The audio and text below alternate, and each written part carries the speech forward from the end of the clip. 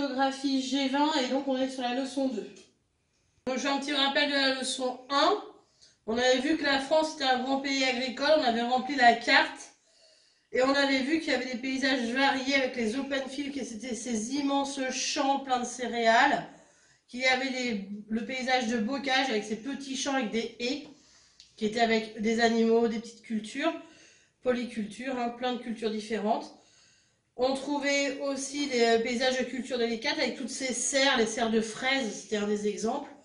Et puis les élevages hors sol qu'on trouvait essentiellement en Bretagne, avec la volaille et les porcs, qui étaient donc élevés en batterie, dans des bâtiments. Hors sol, ça veut dire dans des bâtiments, simplement. Et donc du coup, on était sur ça. On va donc pouvoir continuer sur la leçon 2.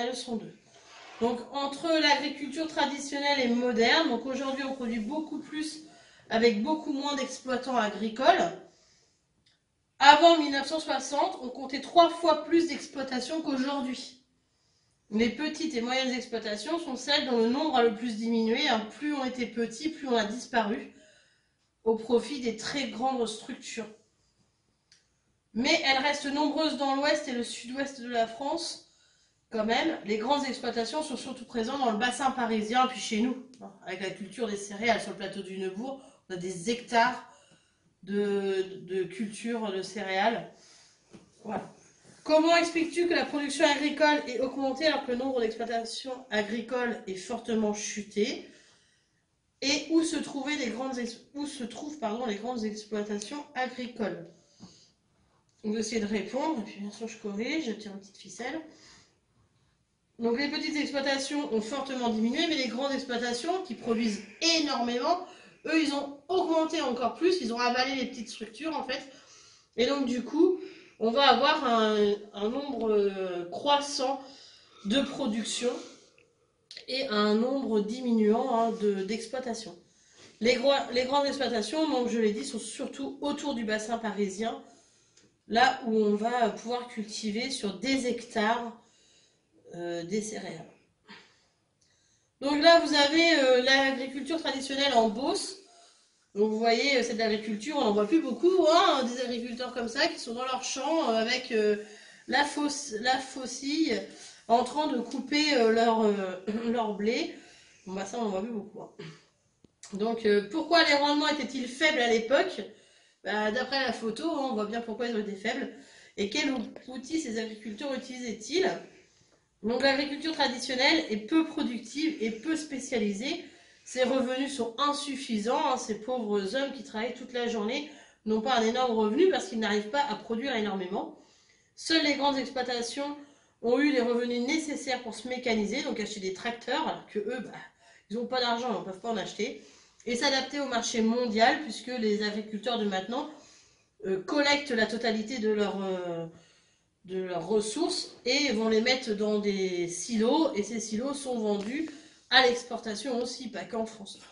En revanche, la moitié des exploitations agricoles connaissent une crise profonde, les surfaces cultivées diminuent et les jeunes quittent les campagnes, puisque on était agriculteurs de père en fils depuis le Moyen-Âge en final, et puis d'un seul coup, comme c'est beaucoup moins intéressant et beaucoup plus intéressant d'aller travailler dans une usine que de travailler dans un champ au niveau du revenu, et les petites exploitations familiales disparaissent au profit des grands qui, eux, ont les tracteurs, qui ont tout ce qu'il faut pour pouvoir travailler la terre sans se fatiguer.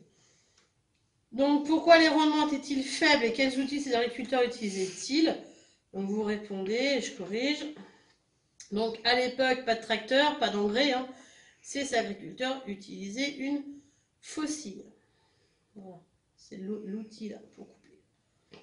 Baisser toute la journée à couper, ça ne devait pas être très agréable. Forcément, aujourd'hui, c'est plutôt ça, la modernisation de l'agriculture. Et encore là, j'ai une machine qui n'est pas très grande. Elles sont encore beaucoup plus grosses maintenant. Donc, compare cette photographie à l'image des agriculteurs en Beauce et explique les avantages et inconvénients de l'agriculture moderne. Donc, l'agriculture très productive cherche toujours à produire davantage en utilisant des moyens modernes. Donc, produits chimiques, machines, recherche agronomique. Les revenus sont très élevés aujourd'hui en Beauce. Hein. Là, c'est en fait au même endroit, mais quelques années plus tard. Et on voit bien que c'est pas du tout pareil. Donc cette grosse machine, cette moissonneuse, hein, elle va être de plus en plus grosse même au fil des années pour aller encore plus vite et encore produire plus rapidement ce que l'on a besoin au niveau du blé et des autres céréales. Donc on vous demandait de comparer les deux photos. Donc, et d'expliquer les avantages et les inconvénients de l'agriculture moderne. Donc sur les deux photos, il y a la modernisation qui est passée entre les deux. Donc l'avantage, plus de production, moins de travail difficile, on est plus baissé dans le champ. L'inconvénient, on a moins besoin de main d'œuvre. Donc les gens vont déserter les campagnes et moins d'ouvriers agricoles.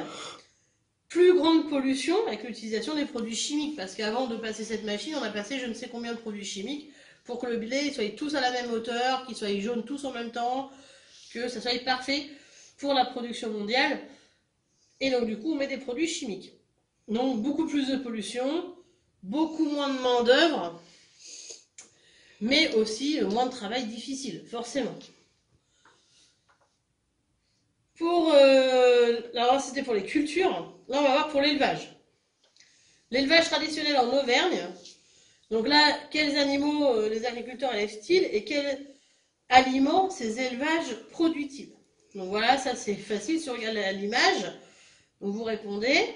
Donc quand je vois sur l'image cette personne qui est en train de traire la vache, on est à la campagne, on n'est pas du tout dans un bâtiment, hein, c'est fait à l'extérieur et on récolte le lait directement dans ce tonneau qui va être ensuite porté à la ferme.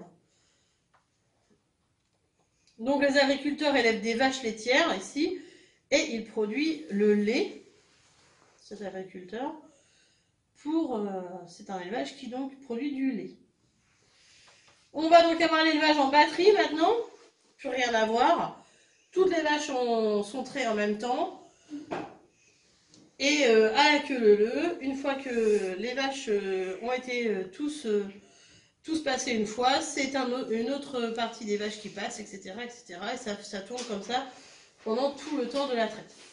Donc à quoi sert cette machine dans laquelle passent ces animaux? Et compare cette photographie à la précédente et explique les avantages et les inconvénients de l'élevage moderne, comme on a fait pour la culture.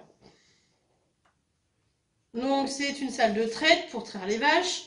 Les avantages, plus de production, beaucoup moins de travail, parce qu'on n'a plus besoin d'aller au champ avec notre bidon, de traire vache par vache à la main qui prenait des heures et des heures.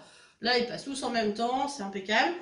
Les inconvénients, les animaux, ils voient moins dans les champs, parce que les animaux, dès que c'est l'heure de la traite, on les rentre dans les bâtiments, ils ne voient plus du tout le champ. Et du coup, les animaux sont plus stressés, ils donnent plus de lait, mais c'est des machines à lait maintenant. Alors qu'avant, ils avaient leur temps pour manger, pour aller à la traite, c'était beaucoup plus tranquille pour les animaux. Maintenant, c'est l'esclavage des animaux.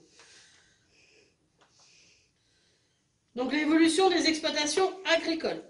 La France est un grand pays agricole. 1 million de personnes travaillent dans le secteur primaire, donc les cultivateurs, les éleveurs, les pêcheurs, les forestiers. La France est le premier producteur agricole européen, premier pays producteur de céréales, de sucre, de viande de bœuf de l'Union européenne et le deuxième exportateur mondial de produits agricoles. La réussite agricole française est due au développement de l'agriculture industrielle, les machines agricoles, l'engrais, l'alimentation pour le bétail. Les cultures et l'élevage occupent près de 60% du territoire français quand même. Donc je voulais vous montrer ces tableaux parce qu'il me semblait quand même hyper intéressant de comprendre ce qui se passe. Donc les Français qui travaillent dans le domaine de l'agriculture, ça c'est en 1979. Et ce tableau, il va aller de 1988, 2000, 2005 et 2015. Donc tous les 10 ans, on va dire, pour vous repérer un petit peu. Donc en 1979, 3,8 millions de Français travaillent dans le domaine de l'agriculture. En 1988, il y en a moitié moins, il y a déjà plus que 2 millions. En 2000, on a déjà perdu 700 000 personnes, il n'y a plus que 1,3 million qui travaillent. En 2005, il n'y a plus que 1,1 million, donc on a encore coupé en deux en 20 ans. Et en 2015, il ne reste plus que 885 400. Donc plus ça va, et aujourd'hui en 2020, je n'ai pas le chiffre, mais plus ça va diminuer le nombre de personnes qui va travailler dans le domaine de l'agriculture. En comparaison, j'ai mis ce petit tableau, le nombre total des exploitations agricoles et des fermes. Donc des fermes, ça c'est le nombre total des fermes. Donc de 1955 à 2015, encore une fois à peu près tous les 10 ans. Ici, vous avez les petites exploitations de moins de 20 hectares, donc les petites fermes, et les grandes exploitations qui ont plus que 50 hectares. Donc en 1955, il y en avait 1,8 million, il y a 2,3 millions de fermes, 1,8 million qui sont des toutes petites fermes, et 95 000 sont des très grandes fermes. En 1970, il n'y a plus que 1,6 million déjà de fermes, donc ça a déjà beaucoup diminué. Il n'y a plus que 1,1 million de petites exploitations et 120 000 grandes exploitations. En 1988, il n'y a plus que 1 million de fermes, 557 000 petites fermes et 172 000 grandes fermes. Vous voyez comment ça augmente ici et ça diminue ici. Ensuite, en 2000, 664 000 fermes, 325 000 petites et 200 000 grandes. En 2005, il y a 545 000 fermes. Et là, on n'a pas augmenté les grandes exploitations entre 2000 et 2005, mais par contre, on a perdu beaucoup de petites. Il n'en reste plus que 237 000. En 2015, il y a 451 600 fermes, 175 300 petites et 276 300 très grosses fermes. Donc on voit bien que les petites diminuent à vue d'œil, les grandes augmentent et qu'en total, de toute manière, on a perdu énormément parce que les grandes n'augmentent pas à la vitesse que diminuent les petites. Voilà pour cette évolution des exploitations agricoles de 1950 à 2000. Aujourd'hui, on pourra encore en enlever. Qu'appelle-t-on donc le secteur primaire, dans la petite question? Que représente la part de culture et d'élevage en France? Quelle est la place de la France dans la production agricole en Europe? Que produit-on essentiellement en France? Ça, c'est par rapport au texte. Peux-tu dire s'il y a aujourd'hui plus ou moins d'agriculteurs qu'en 1979? Ça, c'est les tableaux. Observe le tableau ci-dessus. Donc, c'est à côté plutôt que ci-dessus. Que peux-tu dire des exploitations agricoles de 1955 à 2015? Qu'est-ce que l'on peut dire de ce tableau-là? Donc, vous répondez. Bien sûr, je corrige. Donc le secteur primaire, regroupe tous les métiers liés à l'agriculture. Il concerne la collecte et l'exploitation de ressources naturelles. Ensuite, la France, la part des cultures et d'élevage en France, c'est 60% du territoire français. Quelle est la place de la France donc, dans la production? C'est le premier producteur agricole européen. Les grandes cultures végétales comme les céréales, les vignobles, les vergers, les élevages, c'est ce qu'il y a sur la carte de France qu'on a colorié. Il y a moins d'agriculteurs. Bien sûr, en 2015, puisqu'il y en a 885 400, alors qu'il y en avait presque 4 millions en 1979. Et il y a de moins en moins de travailleurs agricoles et globalement, on note une forte diminution des fermes agricoles. En revanche, les fermes de plus de 50 hectares ont considérablement augmenté, bientôt multipliées par 3, au détriment des petites qui tendent à disparaître du paysage agricole français. Les petites sont carrément divisées par 5. Donc forcément, ça diminue énormément. Donc pour cette leçon, ce qu'on doit retenir, donc la production agricole et son évolution. En France, le nombre d'exploitations et d'agriculteurs est en constante diminution. En effet, les petites exploitations disparaissent au profit des grandes structures toujours plus spécialisées.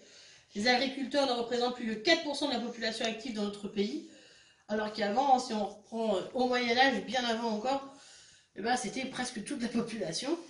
Malgré cette diminution, les productions sont en constante augmentation depuis les années 1950 grâce à la modernisation de l'agriculture et de l'élevage, machines, engrais, pesticides, nouveaux systèmes d'irrigation, etc.